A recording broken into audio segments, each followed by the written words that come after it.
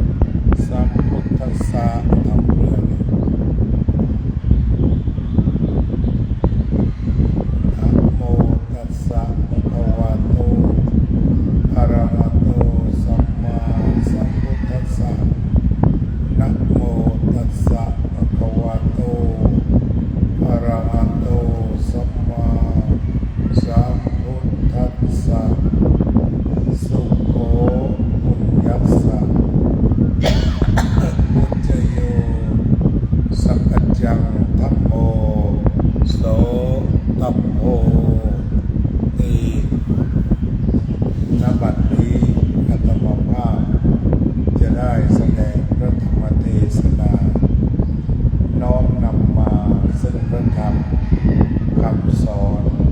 ขององค์สมเด็จพระสัมมาสัมพุทธเจ้าเพื่อให้เกิดความศรัทธาประสาทะส่งเสริมการปฏิบัติดีปฏิบัติชอบประกอบด้วยประโยชน์เพื่อความสุขสงบเย็นสืบไปพระธรรมเทศนาในวันนี้มาปรารภการที่ท่านสาธุชนทั้งหลายอุบาสกอุบาสิกาวัดบ่อล้ออำเภอเชียนใหญ่จังหวัดนครศรีธรรมราชได้รวมตัวกันมาบำเพ็ญบุญในวันธรรมสวนะเรามีวันธรรมสวนะคือวัน8 ค่ำวัน15 ค่ำ14 ค่ำขึ้นแรมขึ้น8 ค่ำแรม8 ค่ำขึ้น15 ค่ำขึ้น14 ค่ำแรม14 ค่ำนี่ก็ถือว่าเป็นวันธรรมสวนะวันแห่งการฟังธรรม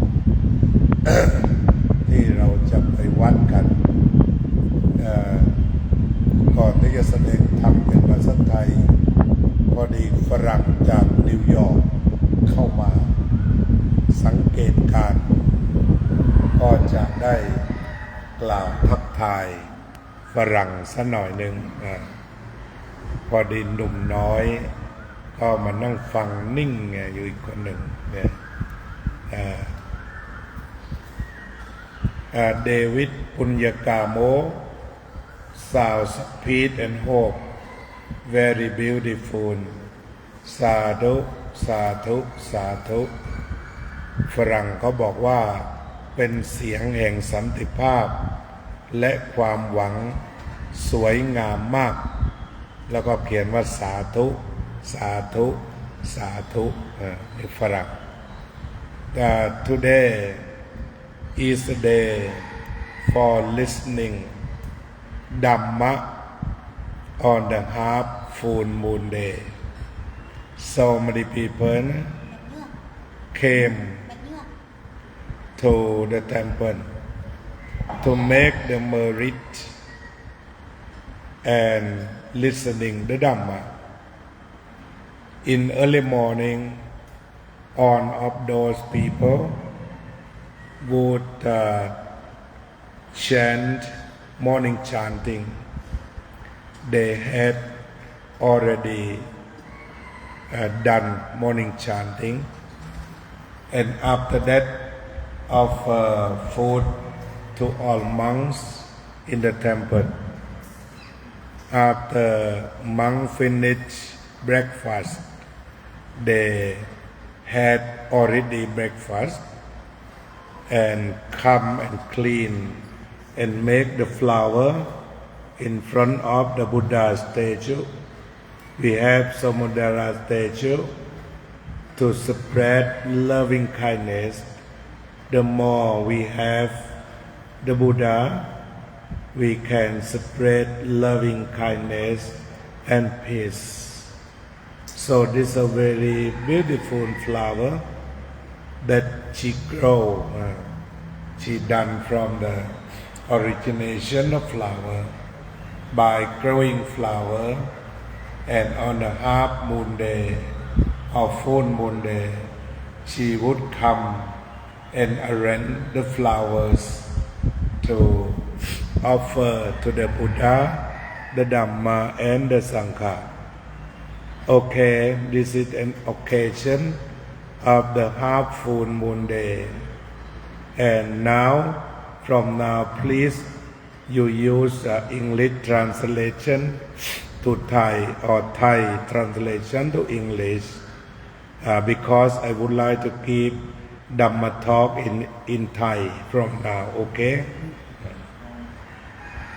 ก็ทักทายฝรั่งนิดหน่อย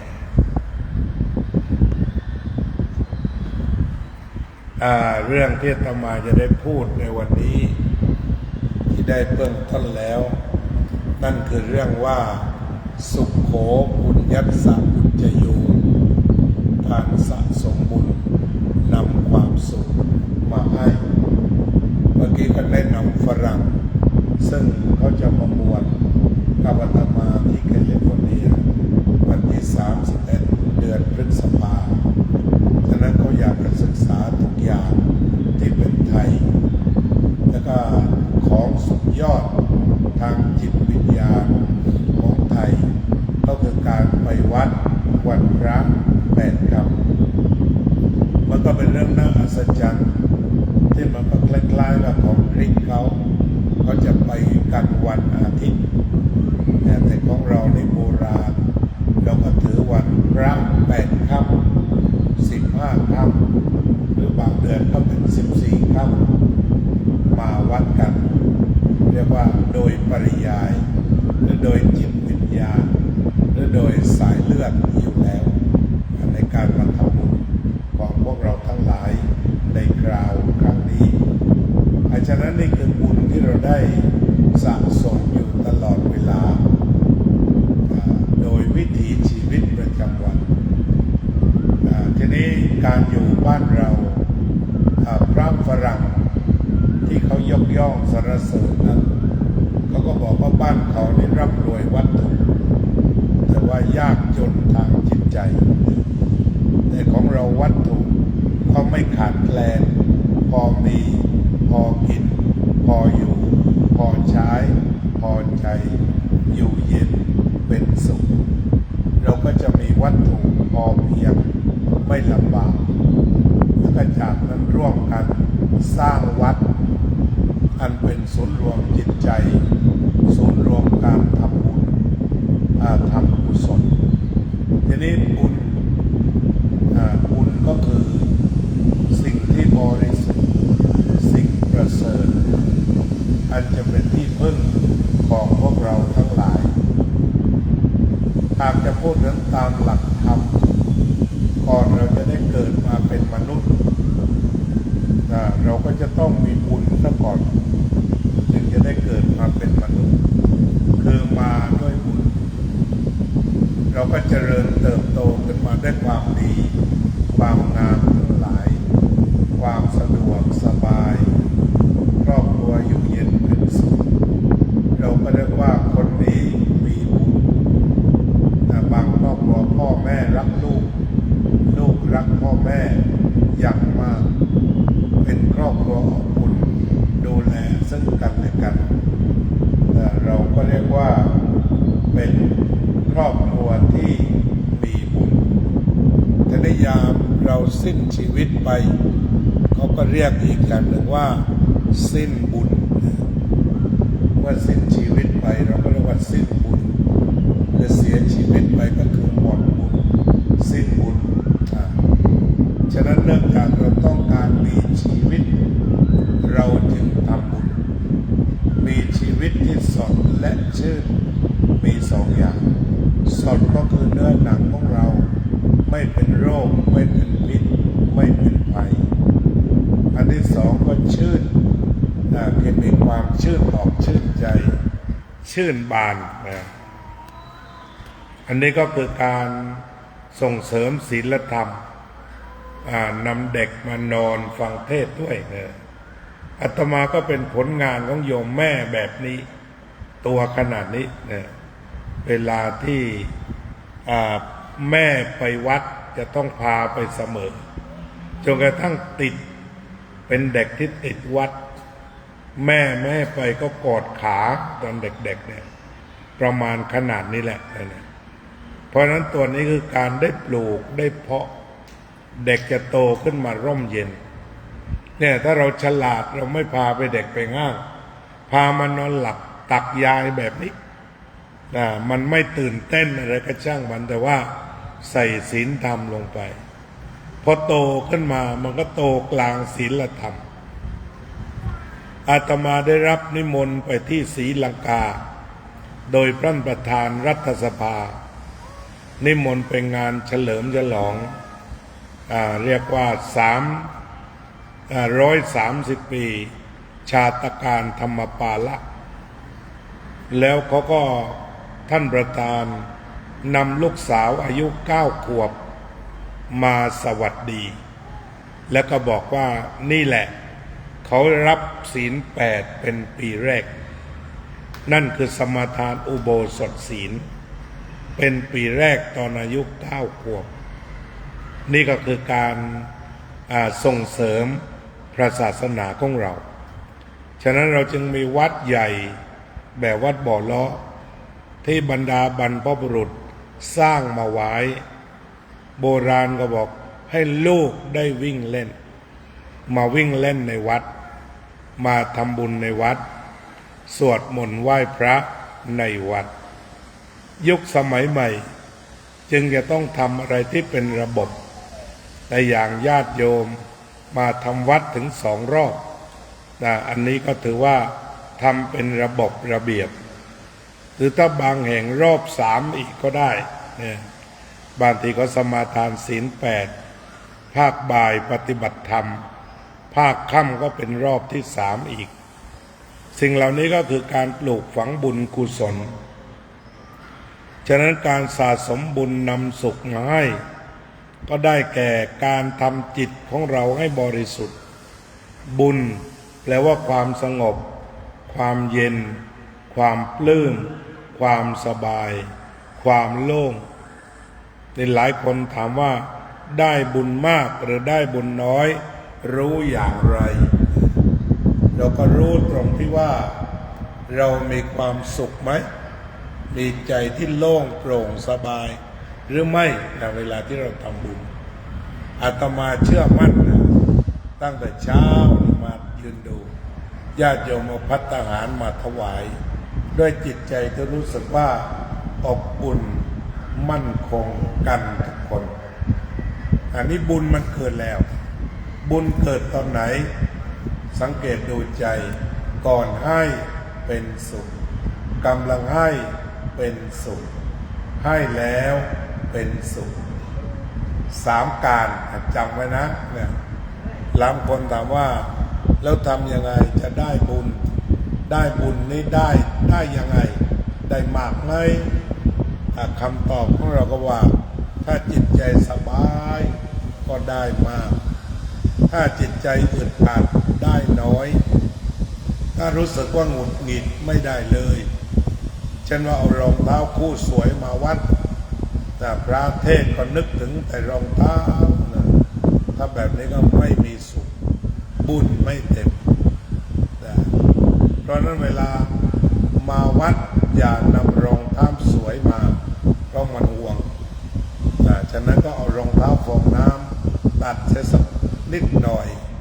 นะสำหรับเป็นเครื่องหมายถ้าใครขโมยสบายสาธุได้สบายมันจะไม่ทุกข์เนี่ยเพราะนั้นถ้ามาฟังธรรมจิตหลุดอยู่หน้าธรรมะนี่แหละเป็นสุขแล้วก่อนมาเป็นสุขกำลังมาเป็นสุขมาแล้วเป็นสุขโยมก็ได้บุญแล้วทีนี้การทำบุญที่เจนจบครบถ้วน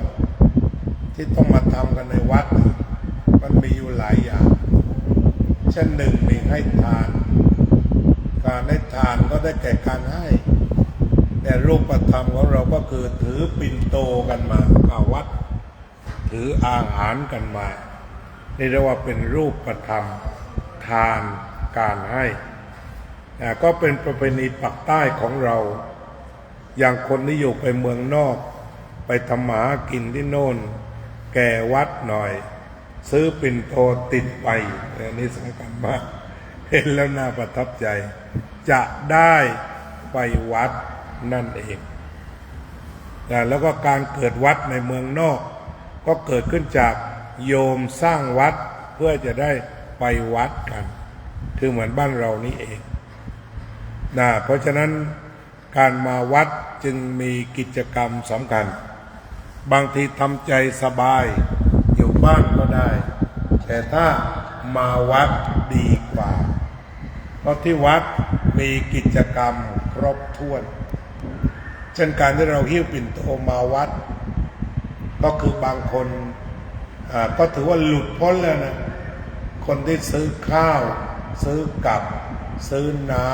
ำมาวัดได้เนี่ยก็ถือว่าหัวใจประเสริฐแล้วไม่เห็นแก่ตัวแล้วหลุดพ้นสามารถที่จะแบ่งอาหารส่วนหนึ่งมาถวายพระอันนี้ก็คือสิ่งที่มีคุณค่ามากนะในเรื่องของการทำทานเรียกว่าอามิสทานอามิสทานก็คือของที่กินได้เรียกว่าอามิสทานหรือว่าของที่ใช้สอยเช่นนำจีวรมาถวายนำรองเท้ามาถวายหรือของอื่นๆน้ำต้าดอกไม้อันนี้เรียกว่าเป็นอามิสทานญาติโยมก็ทำแล้วทีนี้ข้อเสนอนิดหน่อยตรงนี้เนื่องจากในปิ่นโตของญาติโยมเนี่ยญาติโยมทำบุญแบบเต็มปกเต็มใจเต็มปิ่นโตไม่ขาดเลยสักปิ่นโตเดียวเต็มออกเต็มใจเต็มปิ่นโตทีนี้ก็บางอย่างถ้าเป็นไปได้เราก็มาคิดใหม่กันนิดหนึ่งว่าแต่เช่นเรามีพระ10 รูปแต่ว่าปิ่นโต70 สายอย่างนี้ก็เริ่มมีปัญหากับพระเหมือนกันก็คือเปิดยากแล้วก็ตัดยากฉะนั้นเป็นไปได้ดีที่สุดให้ลดปริมาณลงบ้าง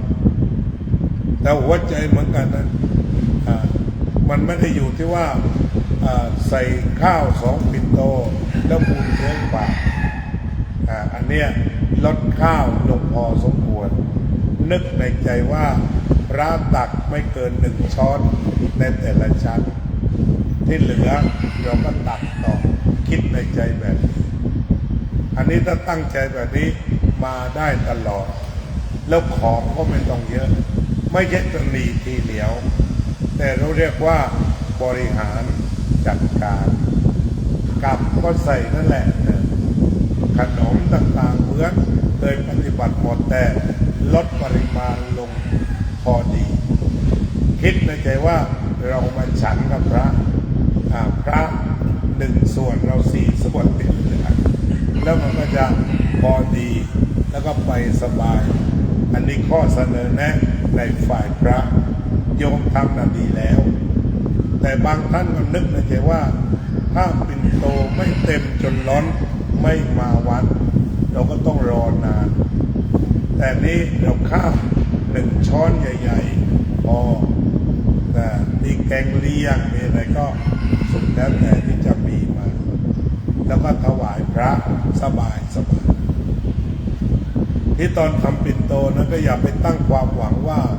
พระจะต้องตักเยอะวันนี้เดี๋ยวไปผิดหวังอีกผิดหวังแล้วจะเป็นรอยด่างของบุญผิดหวังแล้วอาจจะหงุดหงิดเล็กน้อยไปอีกนั่นนะฉะนั้นก็ถือว่าตั้งแต่เราทำของใส่ปิ่นโตมีความสุขแม้ว่าไม่มีรอยพระตักเลยก็ถือว่าจิตได้ถวายแล้วหมดความตระหนี่ไปแล้วเพราะนั้นการทำบุญมันอยู่ที่ว่าไม่ตระหนี่แล้วก็ไม่ได้ทีเหนียวขัดจัดความตระหนี่แต่ทำได้ย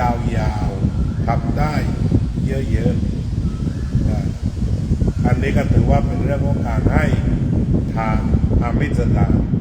หรือว่าโยมนำดอกไม้มาไหว้พระอันนี้ก็เช่นกันก็แนะนำว่าไม่ต้องซื้อแพงเนี่ยเช่นว่าปลูกดาวเรืองมาถวายพระอันนี้ประเสริฐ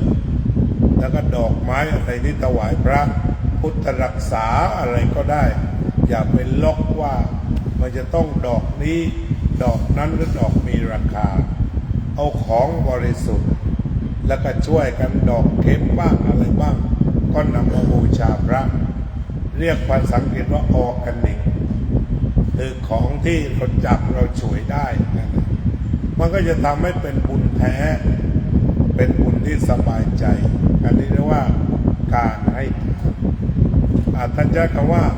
ยถาสติยถาพลังคือให้ทานตามสติและกำลังมนสิกโรมะอนุปติ ปัญชามะใช่ไหมให้พิจารณาอยู่ปฏิบัติตามอยู่แล้วก็ถวายทานพระพุทธเจ้าตรัสว่านิสสัมมะการนังสยโยใคร่ครวญแล้วถวายประเสริฐที่สุดใคร่ครวญแล้วทำประเสริฐที่สุดนี่พอเราก็ประเสริฐแล้วใคร่ครวญวัดใคร่ครวญพระใคร่ครวญเจ้าอาวาสใคร่ครวญพื้นที่ดีที่สุดก็คือใกล้วัดไหนไปวัดนั้นทำนุบำรุงวัดของเรางั้นพระพุทธศาสนาอยู่ได้ด้วยพุทธศาสนิกชนทุกท้องที่ศาสนาไม่มีวันเสื่อมวัดวาอารามอยู่ได้เมื่อเราได้บำรุงศาสนาอย่างถูกต้องสืบไปอันนี้ให้ทานแรกทานที่สองอภัยทานให้อภัยง่ายๆนี่แหละถ้าว่าพระไม่ได้ตัดก็ให้อภัยท่านได้บุญ2 ต่อมันพลิกอยู่เหมือนกันถ้ารู้สึกหงุดหงิดแม้กูตื่นตั้งแต่ตี 4ไม่แตะเลยท่านนี้บาปแต่ไม่ให้อภัยพระแต่ว่าให้อภัยพระโอ้นี่วันนี้ปิ่นโตมาเยอะคงจะเปิดไม่ทั่วถึงไม่เป็นอะไรนี่ตัวอย่างอภัยทานส่วนธรรมทานในโยมก็ถ่ายทอดสดแต่ให้เพื่อนบ้างอะไรบ้างแผ่ธรรมะไปเรียกว่าเป็นอาภิสทานธรรมทานอภัยทานฉะนั้นที่หลวงพ่อจัดธรรมะเป็นประจำไม่หยุดไม่หย่อนครบคงวันชื่อวันก็วันธรรมสวนะคือต้องมีการฟังธรรมต่อไปเราสมาทานศีลแล้วก็เจริญภาวนานั่นก็คือหมายความว่าการเจริญภาวนาทำจิตให้สงบทั้งหงุดหงิดก็ออกไปอยู่กับสงบดีกว่าวิธีการง่ายๆคือภาวนาเรื่อยไปเวลาว่างจากงานจากการก็พุทเข้าโทออกพุทเข้าโทออกสติคอยบอกว่ารู้ตื่นเบิกบานฝึกแล้วฝึกอีกฝึกจนชำนาญรู้ตื่นเบิกบานทุกลมหายใจแต่ก็ฝึกตลอดทำงานก็ทำไปทำงานเสร็จอยู่บ้านว่างก็พุทเข้าโทออกพุทเข้าโทออกสติคอยบอกว่ารู้ตื่นเบิกบานฝึกแล้วฝึกอีกฝึกจนชำนาญรู้ตื่นเบิกบานทุกลมหายใจอาตมาเป็นคนหลังสวนเวลาพูดใต้ก็จะต่างจากทางจังหวัดนครศรีบ้างเล็กน้อย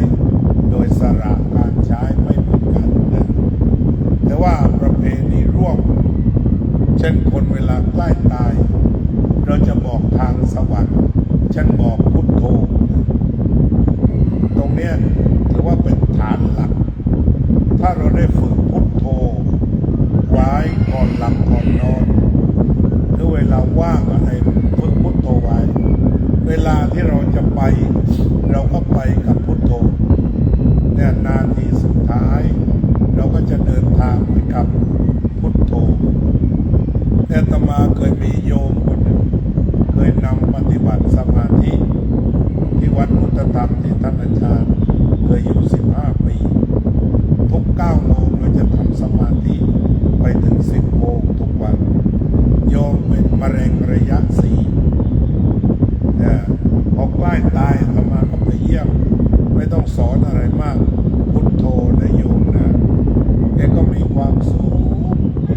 จนกระทั่งตายไม่ลืมพุทโธฉะนั้นการที่เราทำบุญอยู่ตลอดตรงนี้มีความหมายสุดและความหมายขั้นสุดท้ายก็คือว่าเรามีที่พึ่งไปเองไม่ต้องมีคนช่วยแต่ถ้าอาศัยคนช่วยพระมาสวดบางทีเราก็ฟังไม่ออกชักจะหงุดหงิดอีกแล้วเหมือนกันฉะนั้นได้เตรียมไว้เองญาติโยมทั้งหลายที่ปฏิบัติไว้แล้วก็ก่อนเราก็พุทโธทุกคืนเอาเท่าอายุไปเลยเพื่อจะหลับก่อนก็ปล่อยไป เรียกว่าเราก็ได้บุญทั้งวันบุญจากการภาวนาได้ทุกวัน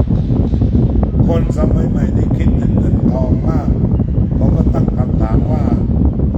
ทำบุญยังไงไม่ต้องจ่ายเงินเลยเราก็ตอบว่านี่พุทโธนี่แหละจะเอาบุญเท่าไหร่ก็เท่านั้นพุทข้าวโทออกพุทข้าวโทออกสติคอยบอกว่ารู้ตื่นเบิกบานฝึกแล้วฝึกอีกฝึกจนชำนาญรู้ตื่นเบิกบานถึงลมหายใจแล้วพุทโธรู้ตื่นเบิกบานพุทโธย้ำอยู่อย่างนี้บุญทั้งนั้นนี่คือบุญฟรีที่นอกจากนั้นเป็นบุญงานโยมมาถึงปัดกวาดเช็ดถูสะอาดห้องน้ำห้องท่าสะอาดเบิดวันนี้สุดยอดเลยบุญตัวนี้เรียกว่าไวยาวัจจะไว้บุญนี้ได้กันเยอะเลยเงินก็ไม่ต้องเสียตั้งใจอย่างเดียวเก้าอี้ยังไม่ได้ตั้งเอาวางให้เรียบร้อยอาสนะดูแล้วไม่จงปรับไม่จงอะไรต่างๆมาแล้ววัดเราต้องการสวยขนาดไหนเอาให้ได้ขนาดนั้นอยู่ในบุญข้อนี้ไวยาวัจจะไว้ทำได้ทุกคนอันนี้แบบเด็กสมัยใหม่เดี๋ยวถามว่าทำบุญยังไงไม่จ่ายตังค์เนี่ยก็อยู่ตรงเนี้ยไม่ต้องจ่ายตังค์เลยมาถึงจับกวาดจับจอบจับเสียมจับไม้กวาดเอาบุญทั้งนั้นกวาดไปก็พุทโธไปกวาดไปก็พุทโธไปไม่ไปมองใครไม่ไปถามใครแต่ถ้าต้องกวาดไปแม้ขยะรกนักเกินวันนี้พระมีแต่พระประเภทเดียวพระนอนอย่างเดียวเลยเนี่ยบาปก็จะกัดใจเราแต่นี่เราก็กวาดไปเนี่ยพุทโธรู้ตื่นเบิกบานพุทโธรู้ตื่นเบิกบานกวาดเอาอะไรมากวาดเอาบุญเจอขยะเพ่นบ้านเก็บขยะเก็บทำอะไรเก็บบุญข้อนี้ไวยาวัจจะไว้บุญสำเร็จด้วยการวนขวายช่วยเหลือฉะนั้นเด็กสมัยใหม่มาถามว่ามีไหมที่ทำบุญแล้วไม่ต้องเสียตังค์นี่แหละทำบุญไม่ต้องเสียตังค์มาฟังธรรมไม่ต้องเสียตังค์มานั่งฟังธรรมะไม่ต้องจ่ายเงินจ่ายทองแล้วก็พระที่แสดงธรรมก็เรียกว่าแสดงไปโดยไม่ต้องรับเงินรับทองทั้งฝ่ายให้ฝ่ายรับแล้วก็คนฟังแล้วสบายใจกลับบ้านก็บอกว่าเอาบุญมาฝากนะเพื่อนก็บอกว่าสาธุเราก็ได้บุญแล้วก็สุดท้ายการทำความเห็นให้ถูกต้องว่าบุญอยู่ในชีวิตประจำวันของเราไม่ได้เป็นสิ่งที่ลึกลับอัศจรรย์แต่ประการใดทำได้ทุกคนทุกแห่งทางกายวาจาและใจแล้วก็สุดท้ายก็จะนำความสุขมาให้กับพวกเราชีวิตของเราเหลือเท่าไหร่ไม่ว่าแต่ขอให้ทุกลมหายใจ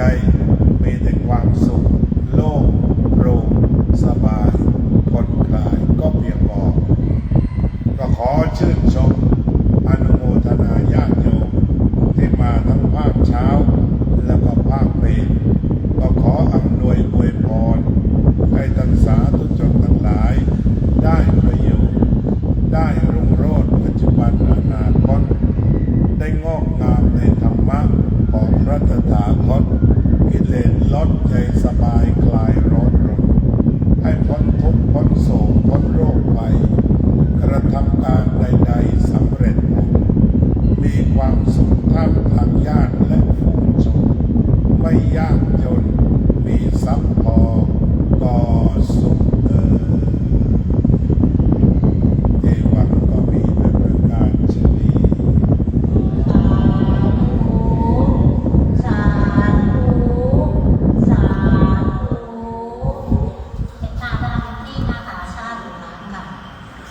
สา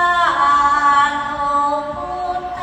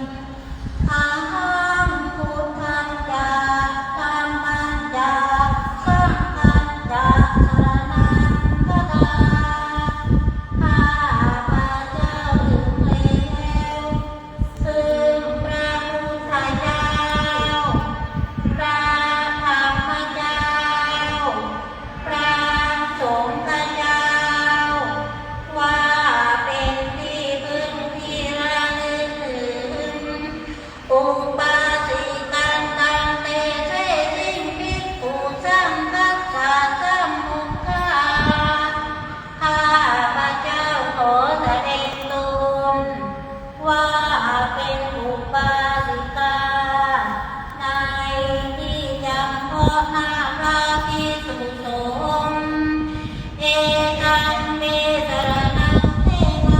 งเอตัมสรณะพุทธมังสรณะใดนี้เป็นที่พึ่งของข้าพเจ้าอันเกษมสรณะใดนี้เป็นที่พึ่งอันสูงสุดเอตัมสรณะมาธัมมาสัพพทุกขาปะมุจเจเพราะอาศัยพระรัตนตรัยนี้เป็นที่พึ่งข้าพเจ้าพึงพ้นจากทุกข์ทั้งปวงยะถาปะลังจเรยาหังสัมมาสัมพุทธัสสะนังข้าพเจ้าจะประพฤติซึ่งพระธรรมคำสั่งสอนของพระสัมมาสัมพุทธเจ้าโดยสมควรแก่กำลังทุกขานิสรณังเสวะภาคีนิสังฆนาเตขอข้าพเจ้าพึงมีส่วนแห่งพระนิพพานอันเป็นที่ยกตนออกจากทุกข์ในอนาคตการเบื้องหน้าโน้นเถิด จบแล้วยังเอาพนมมือแล้วก็เปล่งเสียงสาธุดังก้องโลก3 ครั้งเอาเลย สาธุ สาธุ สาธุ อนุโมทา